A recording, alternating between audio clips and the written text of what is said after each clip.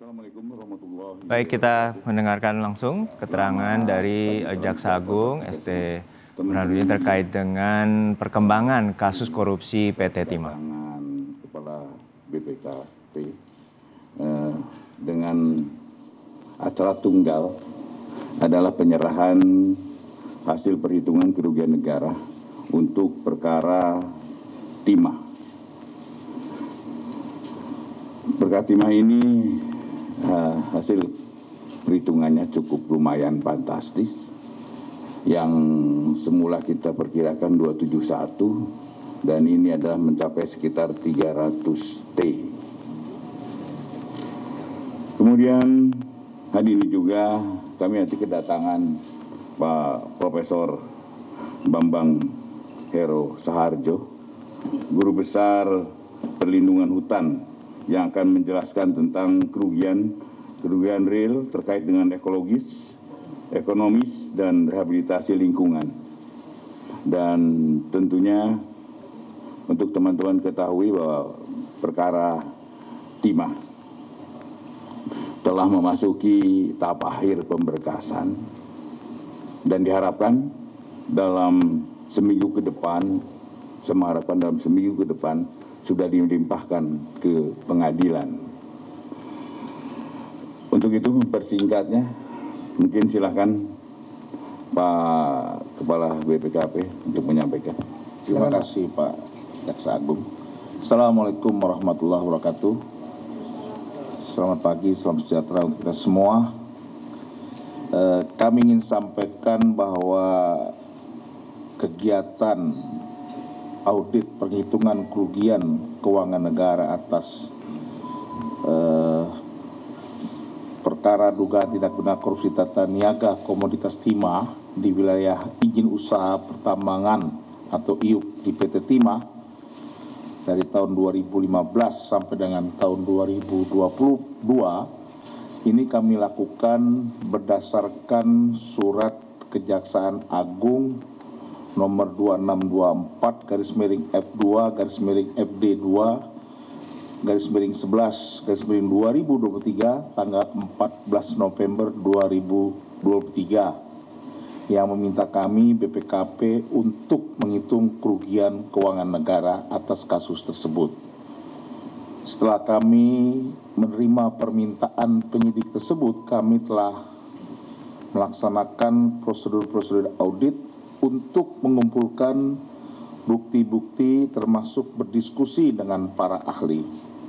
Dan pada hari ini kami menyerahkan laporan audit penghitungan kerugian keuangan negara sebagai tindak lanjut atas permintaan penyidik untuk melakukan audit perhitungan kerugian negara perkara dugaan tindak pidana korupsi tata niaga komoditas timah di wilayah izin usaha pertambangan atau IUP PT Timah Tbk tahun 2015 sampai dengan tahun 2022.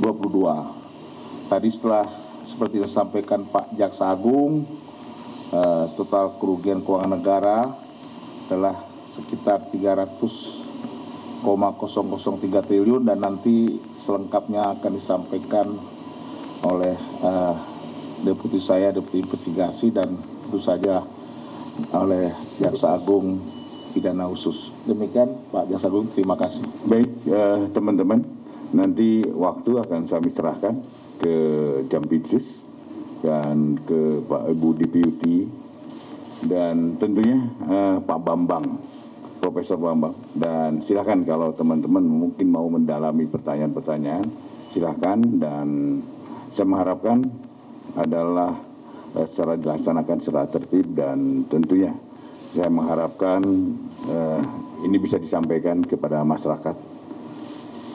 Demikian teman-teman, dan pada Pak Jampitsus, Pak Jampitsus dan Ibu Deputi untuk formalitasnya. Pak Prof Bambang, ini Pak Prof Bambang gimana nih kurang ini pakai ini Pak. Pakai ini Pak. Kalau biasanya guru itu bisa berdiri Pak. Pak, untuk sebelum Bapak meninggalkan tempat nanti Pak Jampitsus sama Bu Deputi untuk menyerahkan secara simbolis Silakan Pak di depan Pak, biar sama media Pak.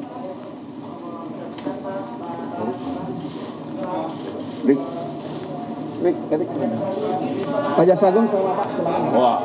Di depan Pak. Di depan Pak. Biar kelihatan di media.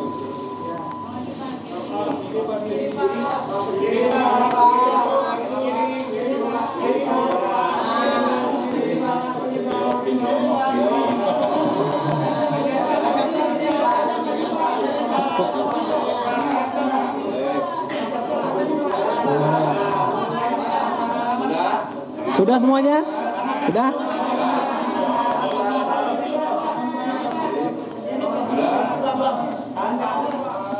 Oke. Dengan selesainya penyerahan dari BPKP kepada Bapak Jampisus, Pak Jaksa Agung dan Kepala BPKP, kami persilakan untuk meninggalkan tempat karena ada kegiatan lain.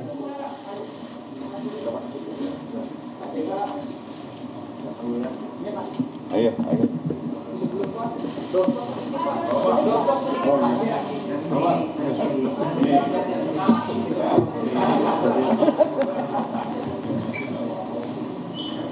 Itu tadi penyerahan audit dari BPKP yang juga sempat melakukan konferensi pers, yaitu Muhammad Yusuf Ateh sebagai Kepala BPKB terkait dengan audit tindak pidana korupsi dugaan PT Timah atau Komoditas Timah pada tahun 2015 hingga 2022. Hingga saat ini Kejaksaan Agung telah menetapkan 5 tersangka atas kasus dugaan korupsi PT Timah yang diduga menyebabkan kerugian negara hingga 300 triliun. Namun kita dengarkan kembali pernyataan resmi dari Jampitsus terkait dengan kasus ini.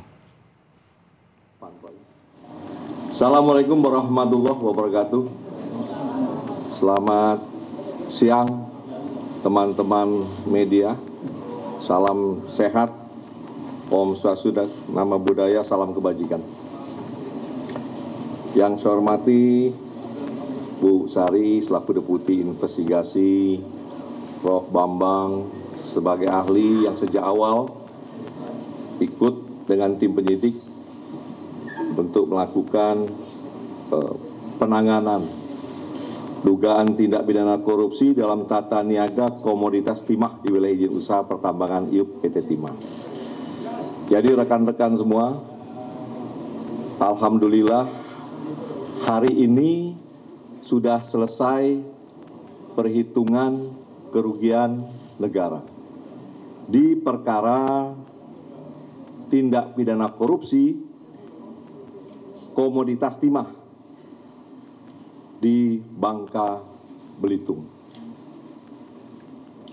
Ini nanti akan detail dijelaskan oleh Bu Sari, tapi kami dapat menyampaikan pembukaannya bahwa angka yang tadi disebut sebesar 300, sekian triliun ini masuk dalam kualifikasi kerugian negara.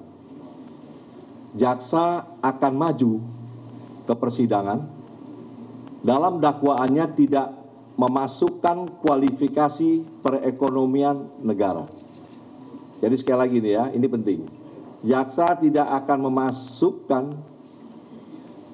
jumlah atau nilai yang masuk dalam kategori kerugian perekonomian negara. 300, sekian triliun akan didakwa sebagai kerugian negara. Mengapa begitu? Nanti silahkan hari ini kita buka selebar-lebarnya kepada teman-teman media, karena saatnya sudah tepat. Kemarin kan banyak itu yang berpendapat tentang 271, yang intinya perdebatan apakah ini real loss atau potensial loss. Diperdebatkan, saya dengar itu. Saya baca juga di medsos. Wah, ini masih potensi. Ini belum real. Nah, ini silakan teman-teman tanya, ahlinya ada, Ibu Deputi ada, saya ada. Sehingga kita bisa mengklirkan apa yang menjadi alat bukti dan jaksa yakin bahwa ini adalah kerugian real yang harus nanti jaksa tuntut sebagai kerugian negara. Nah, itu yang menjadi penting. Jadi kita beri kesempatan dulu sebelum teman-teman wartawan nanti bertanya kepada Ibu Deputi dan Prof. Bambang untuk dapat sedikit menjelaskan sebagai pembukaan. Kami persilahkan Bu Deputi. Baik, terima kasih Pak Jampitsus, rekan-rekan media. Jadi menindaklanjuti apa yang tadi disampaikan Pak Kepala BPKP, setelah kami menerima permintaan perhitungan kerugian keuangan negara dari penyidik, dari Kejaksaan Agung, kami melakukan prosedur-prosedur audit sebagaimana standar audit yang mengatur profesi kami. Kemudian termasuk di dalamnya adalah berdiskusi dengan para ahli, ada 6 ahli, salah satunya beliau Prof. Bambang Heru.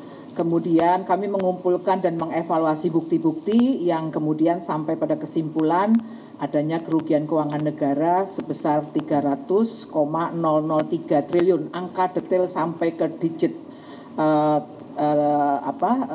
itunya adalah nanti kami akan jelaskan di persidangan tentu saja ya. Berupa apa saja? Yang pertama adalah kemahalan harga sewa smelter oleh PT Timah sebesar 2,285 triliun. Yang kedua adalah pembayaran biji timah ilegal oleh PT Timah kepada mitra tambang PT Timah sebesar 26,649 triliun. Kemudian yang ketiga adalah kerugian keuangan negara karena kerusakan lingkungan yang dihitung oleh Prof. Bambang ini sebesar 271,069 triliun. Nanti angka detailnya Prof. Bambang. Mengapa ini masuk dalam kerugian keuangan negara? Karena memang di dalam konteks neraca sumber daya alam dan lingkungan, kerusakan yang ditimbulkan oleh tambang ilegal merupakan residu yang menurunkan nilai aset lingkungan secara keseluruhan. Penjelasan secara ringkasnya seperti itu. Tentu saja detailnya nanti akan kami sampaikan di dalam proses persidangan, berkolaborasi dengan para ahli yang tadi sudah saya sebutkan, ada sekitar 6 ahli, salah satunya Profesor Bambang ini. Secara singkat 3 kelompok kerugian seperti yang saya jelaskan, dan untuk 271,069 karena ada keahlian khusus untuk menghitungnya seperti apa, di mana itu adalah di luar kompetensi auditor, maka Prof. Bambang lah yang menghitung karena kami adalah auditor dalam konteks keuangan negara. Tetapi untuk detail teknisnya bagaimana menghitung dampak kerusakan lingkungannya, maka monggo Pak Prof. Bambang melanjutkan. Silakan. Prof, silakan Prof. Di sini juga bisa, di sana juga bisa. Baik, terima kasih Pak Jampitsus dan Bu Deputi. Bapak Ibu yang saya hormati, Assalamualaikum warahmatullahi wabarakatuh. Selamat siang. Menyambung seperti apa yang pernah saya sampaikan di press conference bulan Februari, kalau nggak salah, tahun 2024, maka sekali lagi kami ingin menegaskan bahwa dalam rangka untuk menghitung kerugian lingkungan seperti dipersyaratkan oleh Permen LH 7/2014, maka wilayah tersebut harus dibuktikan rusak secara saintifik. Untuk memastikan itu, maka kami melakukan legal sampling kepada area tambang timah ya yang berada di Bangka Belitung. Jadi kami datangi, kami mengambilan sampel ya, termasuk contohnya itu misalnya dari yang tersisa itu ya, katakan misalnya hasil bongkaran mereka ke atas, kita ambil, disampling, disaksikan oleh penyidik, kemudian termasuk juga vegetasi yang di atasnya, ya, dan itu satu lokasi, tidak hanya satu titik, dan itu ada beberapa titik begitu ya, baik yang ada di Bangka, Belitung maupun Belitung Timur. Dan kami lakukan itu pada wilayah representasi dari wilayah yang sudah terbuka itu. Ya, jadi ada hasil perhitungan kemudian akhirnya terungkap di kawasan hutan itu tidak hanya di kawasan hutan produksi, ternyata juga ada di kawasan lindung, bahkan ada di dalam Taman Nasional. Nah, setelah hasil analisa laboratorium berdasarkan sampel yang kami ambil, ya disaksikan oleh penyidik, tentu saja dengan berita acara apa dan sebagainya, maka dipastikan wilayah tersebut rusak. Nah, dari situlah kemudian kami tahu ya ada wilayah yang di dalam kawasan hutan maupun yang di non kawasan hutan. Nah, pertanyaannya adalah bagaimana caranya kami merekonstruksi kejadian itu untuk memastikan bahwa memang terjadi perusakan itu. Ya, jadi kami menggunakan citra satelit sehingga kami tahu pergerakan di tahun itu. Jadi kami buat seri. Misalnya di 2015 itu di mana saja mereka melakukan aktivitas itu. Kemudian di 2016, di 2017, di 2018, 19, 2020, 2021, 2022. Sehingga dari situ rekonstruksi itu bisa dengan mudah dipahami ya kemana mereka melakukan ekspansi itu ya di 2015 berapa, 2016 dan sebagainya.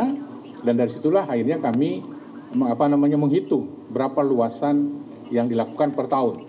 Sehingga itu kita bisa bangkitkan gitu ya dengan citra satelit, kita pertunjukkan, kita pertontonkan, itu bisa dicek. Nah, sehingga berdasarkan itu teman-teman sudah tahu ya, tidak perlu saya ungkap lagi, ada angka keluar 271 triliun sekian itu. Nanti detailnya akan kami sampaikan di persidangan. Jadi tentu saja semua itu diukur, tidak dikira-kira, dan parameternya sudah jelas, dan sehingga tidak ada istilah potential loss. Itu adalah betul-betul total loss, ya. Nah, sehingga berdasarkan itulah kemudian kami menghitung kerugian seperti yang teman-teman ketahui tadi. Jadi ada ecological disturbance, terganggu ya. Kemudian yang kedua adalah environmental economic yang rusak, dan yang ketiga itu adalah pemulihan yang harus dilakukan. Nah, Bapak Ibu harus tahu ya bahwa poin 1 dan 2 yaitu kerugian ekologis dan ekonomis itu mestinya itu hak negara yang bisa didapatkan kalau tidak terjadi kerusakan di situ. Nah, kemudian yang kedua, akibat kerusakan yang terjadi maka itu harus dipulihkan. Nah, yang jadi pertanyaan kemudian adalah kalau dia tidak dipulihkan lalu tanggung jawab siapa? Nah, dari regulasi yang ada, apapun alasannya PT Tambang Timah Tbk itu harus bertanggung jawab terhadap apa yang terjadi di lokasi tersebut. Karena pada akhirnya kalau itu tidak dilakukan, maka itu menjadi beban, menjadi tanggung jawab negara. Jadi ada 3 ya, yang poin 1 dan 2 itu adalah hak negara yang dalam hal ini akhirnya dirusak, sehingga mestinya dapatkan sesuatu ya dari hasil tambang itu ternyata kita lihat adalah terjadi environmental destruction. Dan yang kedua itu yang juga penting adalah itu harus dipulihkan ya, karena masyarakat ya sesuai dengan bunyi Undang-Undang Dasar 45 berhak untuk mendapatkan lingkungan yang baik dan sebagainya. Sehingga sekali lagi saya ingin sampaikan juga bahwa itu adalah menjadi tanggung jawab dari tambang PT Timah Terbuka. Dan kalau itu tidak dilakukan maka itu menjadi kewajiban negara. Jadi sementara itu yang bisa saya sampaikan. Terima kasih. Assalamualaikum warahmatullahi wabarakatuh. Terima kasih Pak Jambisus. Jadi udah jelas ya apa yang disampaikan oleh ketiga narasumber pada pagi hari ini.